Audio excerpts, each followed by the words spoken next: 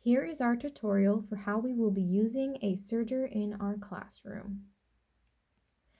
It works very similarly to a sewing machine, but there's a few important differences.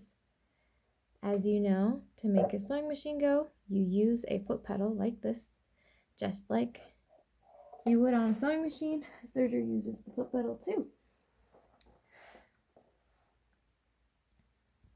It also has a presser foot here that can move up and down, but we will not be moving it up and down in this class. You don't need to, because the serger will do the work for you. Serging is really cool because it is really low effort if you know how to use your machine correctly. So what you do is you take a piece of fabric, you put it in front of the presser foot, and when you press down on your foot pedal, the serger will pull your fabric underneath, just like this. You don't need to tug or pull or push. Let the machine do the work for you. The most important thing that you need to remember when serging is that you need to leave a long tail. So I'm going to finish serging this part. You serge on and you serge off, leaving a nice long tail. So you just keep pushing that foot pedal down until you have a nice long tail.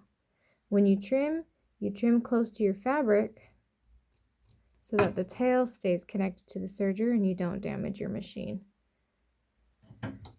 If you noticed, it did cut off a piece of my fabric because there is a blade right here that trims your fabric. So that it will trim these little frillies on the edge that you don't want to show. It can also trim big pieces. So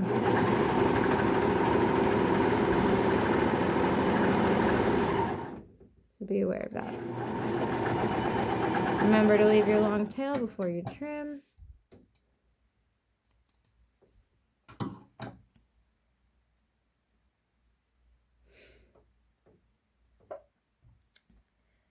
And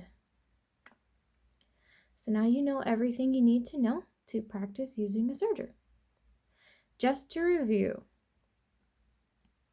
when you come to your serger, you put your fabric in front of the presser foot pedal. You don't lift your presser foot.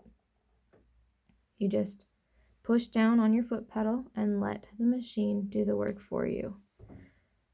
You can hold right here very lightly to keep your fabric straight, but you don't need to push hard, and always leave a long tail thread at the end, otherwise you will damage the machine.